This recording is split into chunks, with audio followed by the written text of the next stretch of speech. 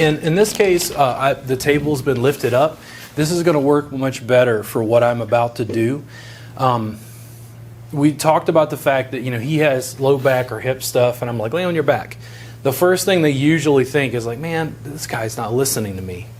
And if they give me any, like verbally or facial expression, I go, listen, trust me. Like I have 16 years in pain management. Like this is going to make hopefully this is going to make your back feel better. That's usually enough to get them to trust me just so I can try it out. We did lots of mobilization. Okay. Now when I lift you this way, all that's fine. And then when I bring you over, it feels good too, right? But you did like compression, like along your sacrum. Okay. So how are we going to compress when he's on his back? What are you compressing? Your knee? Yeah.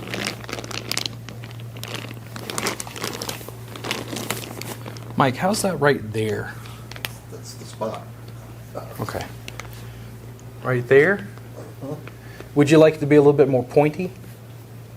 Pointy? Yeah. Meaning? So right now it's kind of broad. Do you want something that's more pointy? Like an Broad is elbow. fine. Broad is fine? How's Yes. that? Now, how hard is this on my hands? Not. Yeah. Now, I'm gonna change this. I want you to notice the position of my knee and my shin here, my tibia. I'm upright. Now, if I turn more towards what looks like pigeon pose, this is pointier, okay? And this has to feel good on your knee and your leg. How's that right there, Mike? Good. Do you prefer I'm a little bit higher, like up along your sacrum, or a little bit where I'm at right now? It feels good where you're Right there? Okay, so if I pull you in this way, how's that? good. Do you want me more medial, like over towards your center? I don't know until you try. Let's try a little bit closer. How's that right there? That's fine. There we go. How's that right there? And then you have T.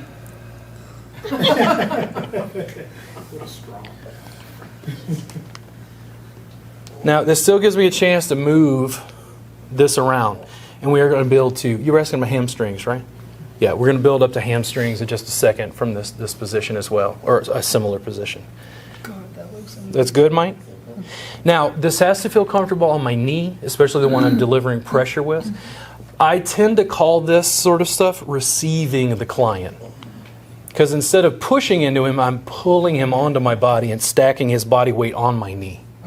This has to feel comfortable to your hip. It has to feel comfortable to your body. If it doesn't, we can change it. Now, let's say, does any of you have really bad knees and think you might not be able to do that at all?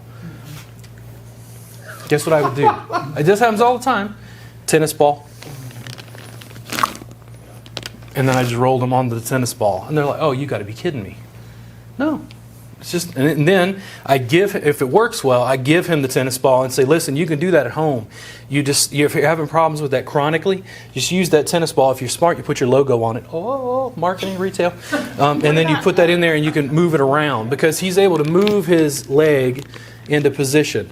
You saw how I could move him all those various directions, right?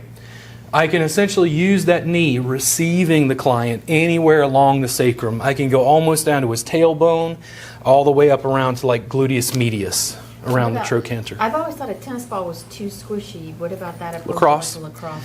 Lacrosse is more mean. Golf is angry.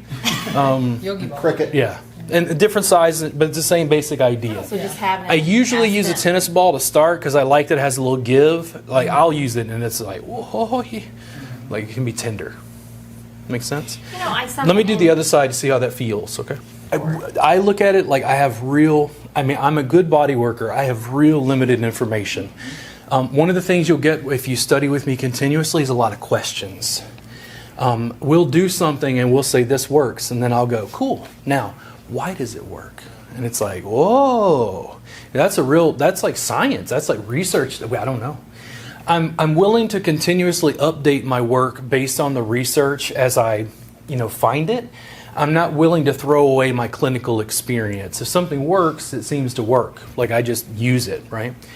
But I don't always know, like, what tissue is it? Are you guys familiar with the pain science community in the massage industry? Mm-hmm. Have you guys heard of dermoneuromodulating? Have you guys? Oh, no. So I'm going to come in. I'm going to start this stacked this way first. Right there. How's that right there? Good. Good, okay. Now I'm going to hook around his thigh a little bit differently this time. Is that too much on your knee here? Okay. I'm not bending in his knee, I'm just wrapping around his femur here. How's that? Good.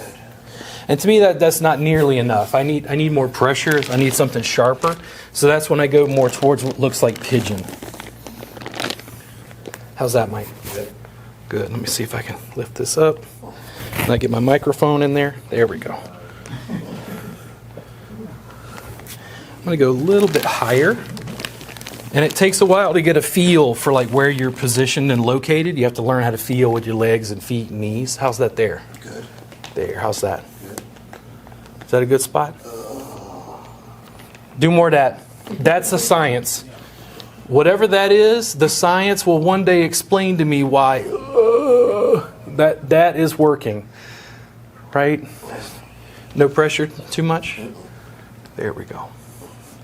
But you get a chance to woman handle big guys this way. Big, burly, military guys who need work.